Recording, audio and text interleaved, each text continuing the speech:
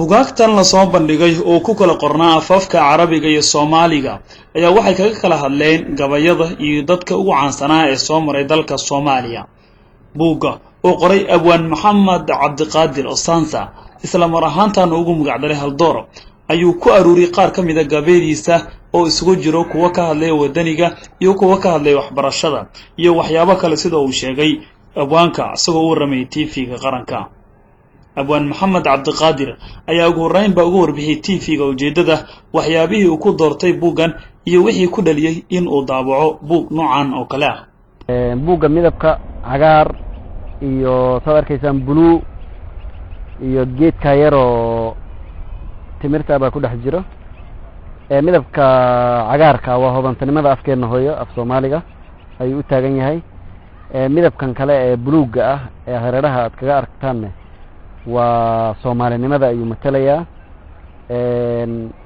waxaad ku arkaysaan oo kale cadceed sii dhacayso waa afkii Soomaaliga oo ay dhibaato ku timid oo daryeel badan aan loo haynin. bulshada Soomaaliyeed iyo qorayaasha Soomaaliyeed ay mas'uuliyad ka saaran tahay inay wax ka qabtaan. waxa kale oo aad arkaysaan geed timir ah oo ku yaala meesha dadka qaar way weydiiyeen su'aashan oo waxay yiraahdeen maxaad abwaan ugu dooratay timirtan dal Carbeed in lagu daabacay buugga ay timirta u taagan tahay.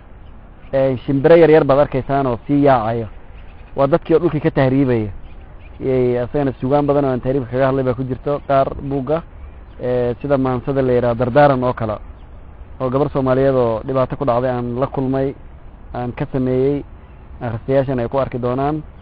buugga waxa uu ka kooban yahay suugaan badan. suugaantan waxay isugu jirtaa qaybaha kala gedisan sida maansada markii la yiraahdo maansada waa guud ahaan marka waxa ku jira gabayadii geeraarkii jiiftooyinkii maansooyinka kale ee heesaha laga dhigi karo maansooyin badan oo waxa ku jira heesa ah. inta badan qaybaha suugaanta waxa kaga jira jiiftada iyo gabayga iyo geeraarka intaasan aniga tarkiis ka saaray. guurowna waxaan maleynayaa hal maansa ku jirto haddii aanan khaldaneen. Anwar Maxamed Mayow isagana waxa uu soo bandhigay buug ku qornaa afka Carabiga oo ugu magac daray Naylul Aamal fi Tarajum al-A'lam as-Soomaali ayaa isagana kaga hadlay buuggaasi dadkii ugu caansanaa ee soo maray dalka Soomaaliya noocay doonaha ahaadeen. Anwar ayaa isagana TV-ga qaranka uga warbixiyay macnaha uu la jeedo magaca buugga ugu magac daray waxaana hadaladiisa kamid ah isagana. bismillahirrahmanirrahim.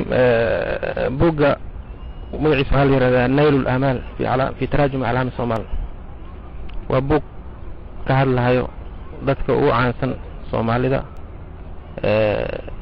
tarjumadooda iyo taariikhdooda ka hadlayo. buugga macnihiisa waa afar qaybood bay ka kooban yihiin: siyaasiyiin, fanaaniin, culamo, dad abwaaniina, saxafiyiin, mujtamaci bulshada dhan horta way iskugu jiraan.